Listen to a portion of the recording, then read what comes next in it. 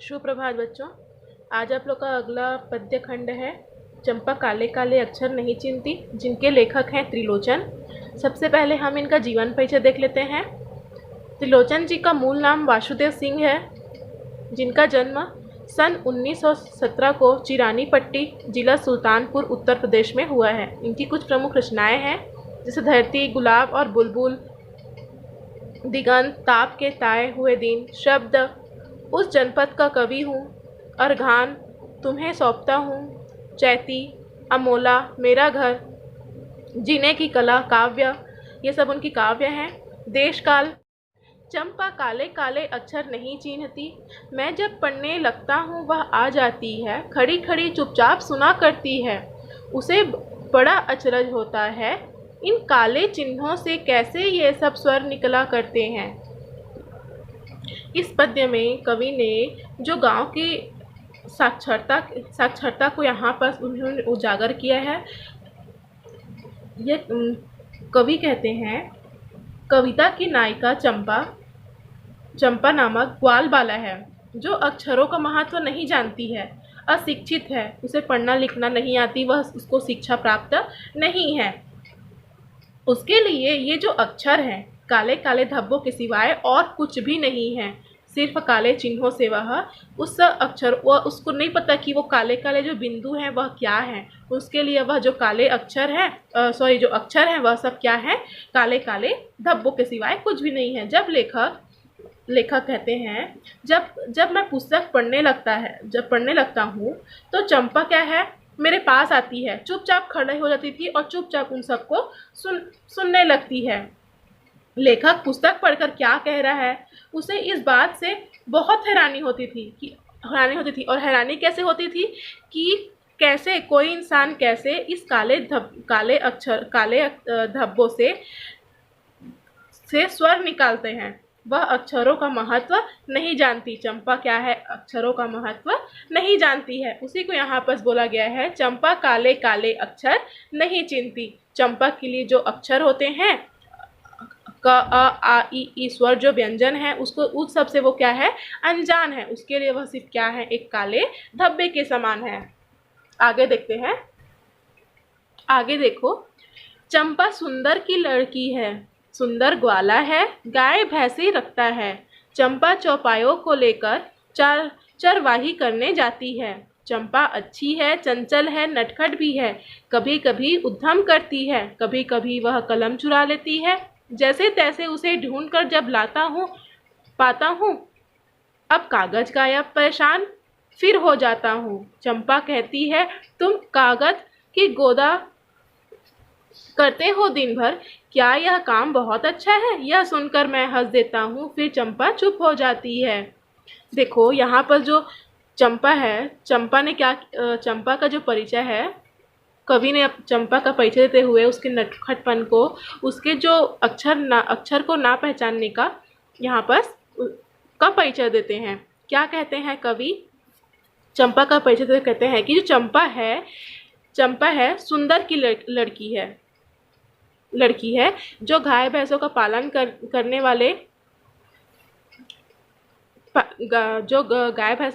करने वाले सुंदर ग्वाला है, उसकी लड़की है। वह चौपायों को लेकर चराने जाती है। चंपा क्या है, गाय भैंस को लेकर चराने जाती है।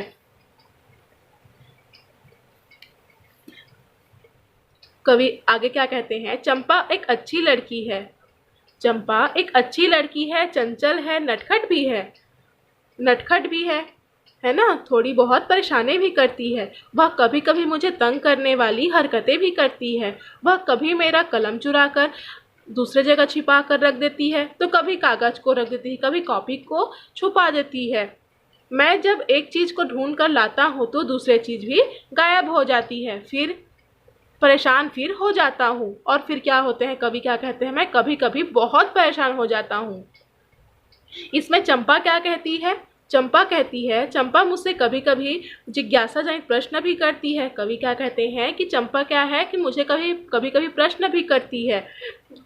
कि कॉपी पर लिखना या कलम चलाना बहुत अच्छा काम है क्या? जो ये तुम कागज में गोदा-गादी करते हो, काले-काले जो निशान बनाते हो, क्या ये बहुत अच्छा काम है क्या? उसके प्रश्न पर यदि मैंने हंसा तो वह अपनी स्वाभाविक चंचलता से परे चुप धीर गंभीर सी हो जाती है। इस पर क्या है, क्या बोल रहे हैं यहाँ पर कि जैसे ही चंपा कहती क्या है तुम कागज पे गोदा-गादी करते हो, ये काले-काले निशान बनाते हो, क्या ये बहुत अच्छा काम है? तो यह सुनकर क्या करते थे, जो कवि हैं वह क्या होते थे, हंस देते थे। फिर क्या होती है, चंपा क्या है वह चुप हो जाती थी। आगे देखते हैं। उस दिन चंपा आई, मैंने कहा कि चंपा तुम भी पढ़ लो, हारे गाढ़े काम सरेगा, गांधी बाबा की इच्छा है, सब जन पढ़ना लिखना सीखें। चंपा ने यह कहा कि मैं तो नहीं पढ़ूंगी, तुम तो कहते थे गांधी बाबा अच्छे हैं, वे पढ़ने लिखने की कैसे बात कहेंगे, मैं तो नहीं पढ़ूंगी। देखो अब यहाँ पर क्या है, चंपा और जो कवि के बीच में जो वाद विवाद हुआ है, सॉरी संवाद हुआ है, उसके बारे में यहाँ पर कहते हैं कि पढ़ाई का महत्व पढ़ने के लिए चंपा को प्रोत्साहित करते हैं।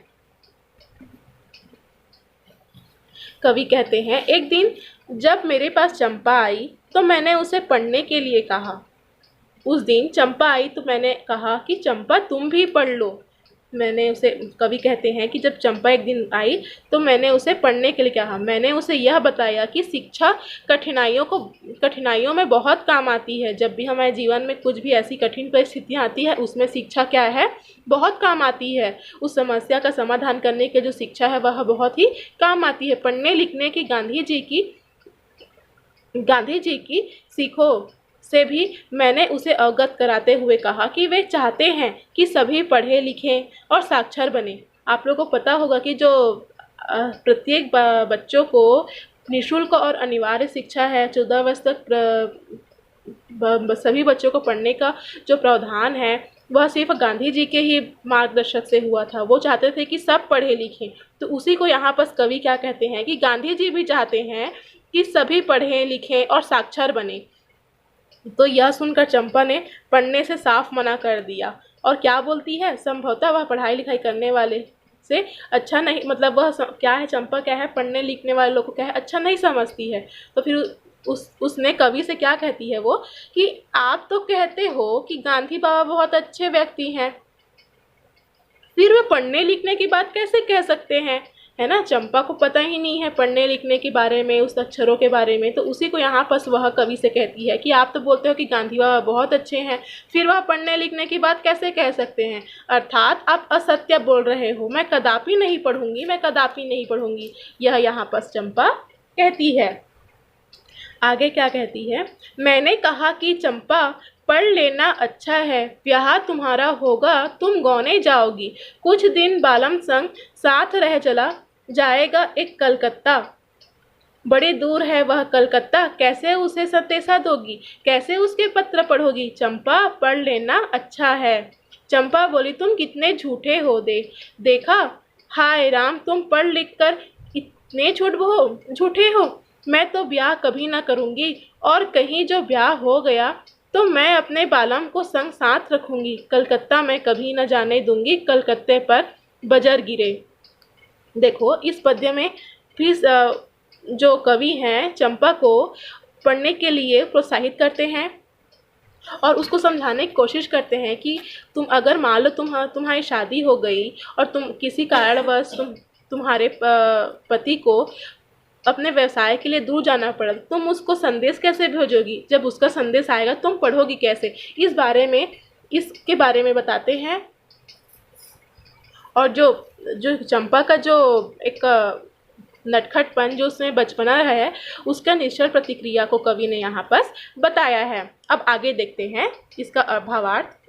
कवि क्या कहते हैं, कवि चंपा से कहते हैं कि पढ़ना लिखना उसके भविष्य के लिए क्या है, अच्छा होगा। क्या कहते हैं कि कवि कहते हैं, मैंने कहा कि चंपा पढ़ लेना अच्छा है, क्योंकि भविष्य में जब उसका विवाह होगा और वह मायके से विदा होकर ससुराल चली जाएगी तो कुछ दिन तक वह अपने पति के साथ रहेगी। लेकिन मान लो अगर अपने व्यवसाय के लिए उसके पति को कहीं दूर जाना पड़ा, कलकत्ता शहर में जाना पड़ा, है ना।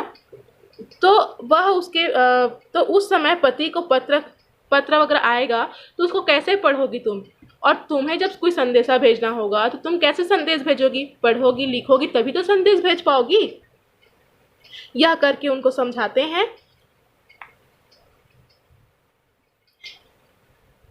और उन्हें संदेशों के निमित्त पत्र लिखने में उसे कोई समस्या नहीं होगी यदि वह पढ़ लिख लेगी। ऐसा करके वह समझाते हैं। इसलिए कवि चंपा से कहते हैं कि उसका अभी पढ़ लेना ही उसके भविष्य के लिए अच्छा होगा।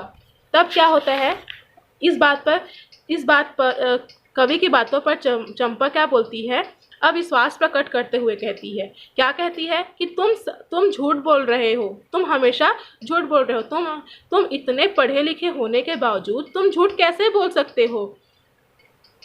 कवि बाबू, मैं तो कभी शादी नहीं करूंगी और ना ही नहीं, मैं तो कभी शादी नहीं करूंगी और कहीं जो शादी हो गया तो मैं अपने पति को हमेशा अपने साथ रखूंगी, कभी अपने से दूर जाने नहीं दूंगी। कलकत्ता मैं कभी नहीं जाने दूंगी। यह कहती है मैं निश्चिल चंपा कलकत्ता शहर को भी कोसने के बाज नहीं आती है। वह कवि से कहती है कि पति पत्नी को अलग रखने वाले जो कलकत्ता शहर पर ही वज्र गिर जाए ताकि वह नष्ट हो जाए और किसी स्त्री को अपने पति से अलग होने का अवसर ही